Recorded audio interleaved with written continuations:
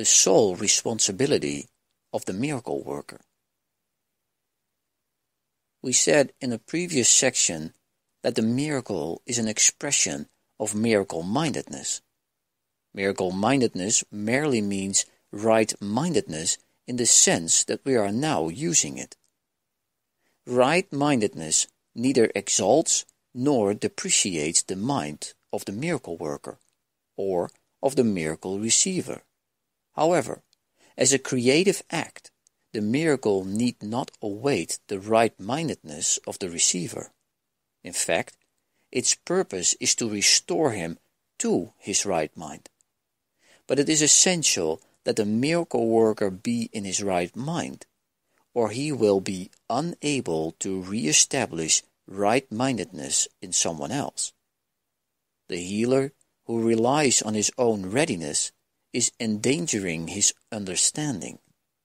He is perfectly safe as long as he is completely unconcerned about his readiness, but maintains a constant trust in mine. Errors of this kind produce some very erratic behavior, which usually points up an underlying unwillingness to cooperate. These errors inevitably introduce inefficiency into the miracle worker's behavior and temporarily disrupt his miracle-mindedness.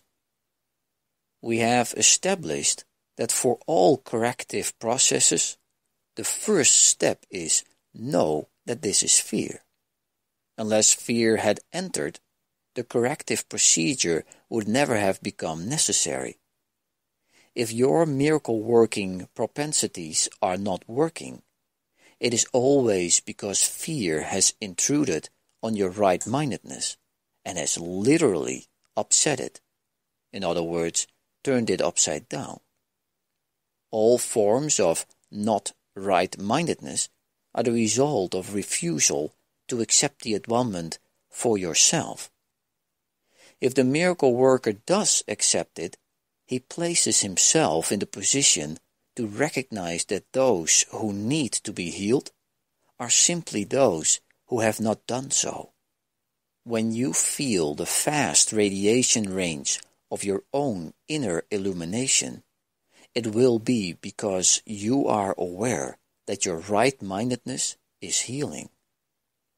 The sole responsibility of the miracle worker is to accept atonement himself. This means that he knows that mind is the only creative level, and that its errors are healed by the atonement. Once he accepts this, his mind can only heal. By denying his mind any destructive potential and reinstating its purely constructive powers, he has placed himself in a position where he can undo the level confusion of others. The message which he then gives to others is the truth that their minds are really similarly constructive and that their own miscreations cannot hurt them.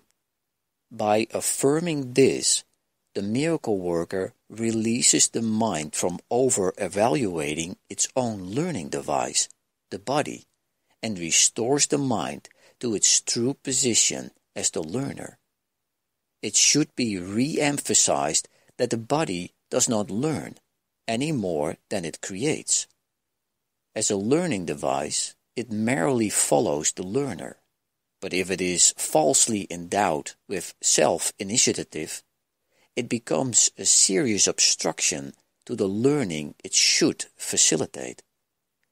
Only the mind is capable of illumination.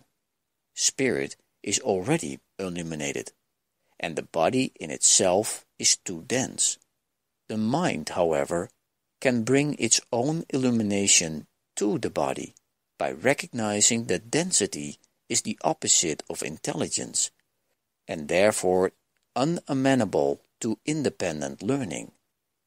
It is, however, easily brought into alignment with a mind which has learned to look beyond density toward light. Corrective learning always begins with awakening the spiritual eye and turning away from belief in physical sight. The reason this entails fear is because you are afraid of what your spiritual eye will see, which was why you closed it in the first place. We said before that the spiritual eye cannot see error and is capable only of looking beyond it to the defense of atonement. There is no doubt that the spiritual eye does produce extreme discomfort by what it sees. The thing that you forget is that the discomfort is not the final outcome of its perception. When the spiritual eye is permitted to look upon the defilement of the altar, it also looks immediately toward atonement. Nothing which the spiritual eye perceives can induce fear. Everything that results from accurate spiritual awareness merely is channelized toward correction. Discomfort is aroused only to bring the need to correct forcibly into awareness. What the physical eye sees is not corrective, nor can it be properly corrected by any device which can be physically seen.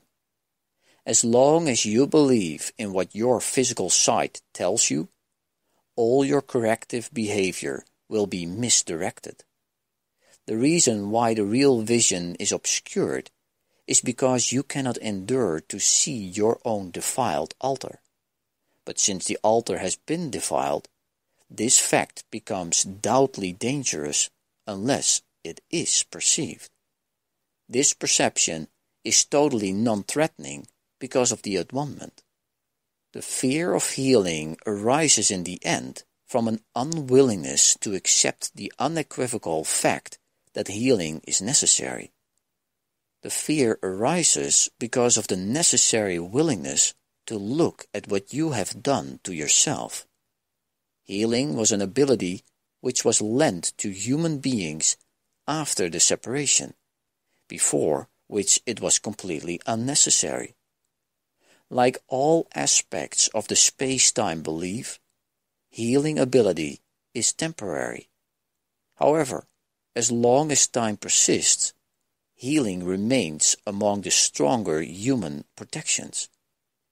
This is because healing always rests on charity, and charity is a way of perceiving the true perfection of another, even if he cannot perceive it himself.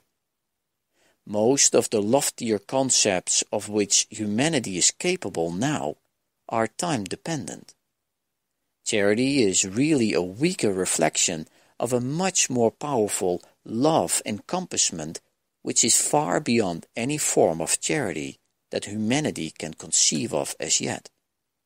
Charity is essential to right-mindedness in the limited sense in which right-mindedness can now be attained. Charity is a way of looking at another as if he had already gone far beyond this actual accomplishment in time. Since his own thinking is faulty, he cannot see the atonement himself, or he would have no need for charity at all. The charity which is accorded him is both an acknowledgement that he is weak and a recognition that he could be stronger.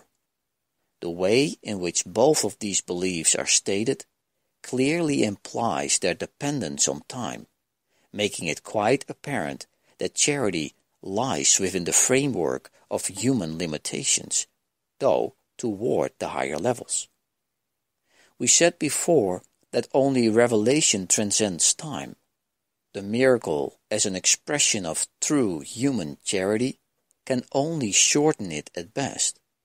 It must be understood, however, that whenever you offer a miracle to another, you are shortening the suffering of both.